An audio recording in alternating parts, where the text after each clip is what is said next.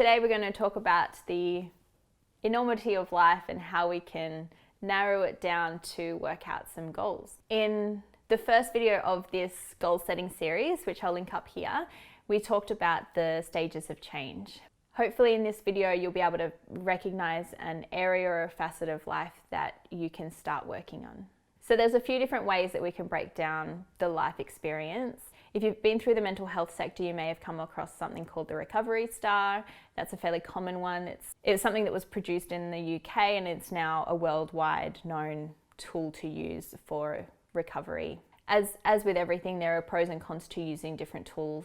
Some people don't like that one, but in its essence, it's a way of breaking down the life experience. Whether you're using the Recovery Star or you're just recognizing the different areas of life, I'd encourage you to look through each of these areas. Try and break down what your beliefs, your values, your vision and your purpose behind each of these areas are, and then look to see how you feel you're going with getting to that end goal. So we can look at life as starting small and working out.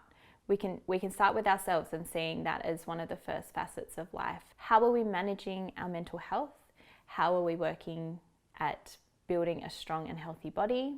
What are our career goals, our financial goals? How do we envision our intellectual and our spiritual selves? How do we recognize our character and our emotional capacities? How often do we partake in pleasurable and self-care activities? How is our day-to-day routine? What do we view as our higher self and how do we apply personal development skills? And then moving out from ourselves, how are our love and intimate relationships? How are our family connections? Are our social networks as strong as we wish them to be? Are we fulfilling our responsibilities? And this can also cover parenting. Are we connecting with the professional services that we require, whether that's physical, mental, emotional? And then moving further out again, how are our levels of trust and hope in the world? What are our religious and cultural beliefs and how are we upholding them? How are our political beliefs and do we feel supported in the community? All these different areas can come back to fulfilling our quality of life. I'll leave a list here of all of the different facets I've just mentioned. And there's a few things that I wanted to add.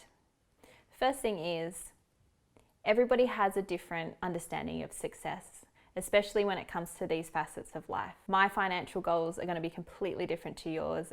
My career goals are going to be completely different to yours. Everybody's going to have very different beliefs and visions around what they want to create in their life. And as with every video, I really encourage you to celebrate those differences and I really encourage you to celebrate those things that you value. And it's important to hold strong to your personal beliefs and values around these different areas. Because if we find ourselves trying to fulfill somebody else's beliefs and somebody else's vision for one of these areas of life, we aren't going to be feeling fulfilled. And it is in those moments that we'll start to turn to those unhealthy behaviors that we're trying to change. There really is no point in trying to chase somebody else's dream. And this is your opportunity to reflect and recognize what your dream actually is and start working towards it. I remember one of the first things I learned while studying psychology is that you will want to diagnose yourself with everything that you learn about. And you really do. You just all of a sudden go, I have all of these different things. In that, I want to remind you, because of the way our human minds work, we're going to be able to find a way that we're failing in every single facet of life. This isn't a place where we're going to judge ourselves. We're going to remember that we are working so hard at just living. And the fact that we even want to change and grow and improve is such an awesome quality and we need to celebrate that. And I know I say celebrate in every single one of my videos, but I really want you to celebrate your uniqueness and celebrate that you are here and you're still kicking on and that you have the ability to change. But to be able to do that, we need to not keep kicking ourselves while we're down. We need to prioritize. Look through that list. As mean as you're being to yourself, look through it and look for the ones that you feel are important to start working on today. I know this is quite specific to right now, but today is the first day that gyms have been open for many, many months. And it's the first time in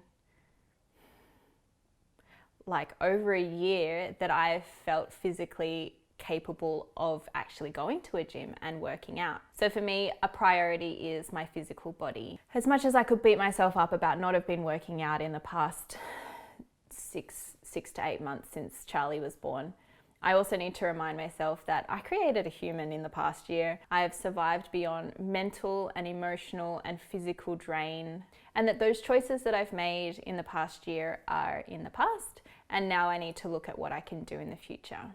So I'd love to hear down in the comments which of these facets of life you're planning on prioritizing, and we'll continue on with this goal setting series next week.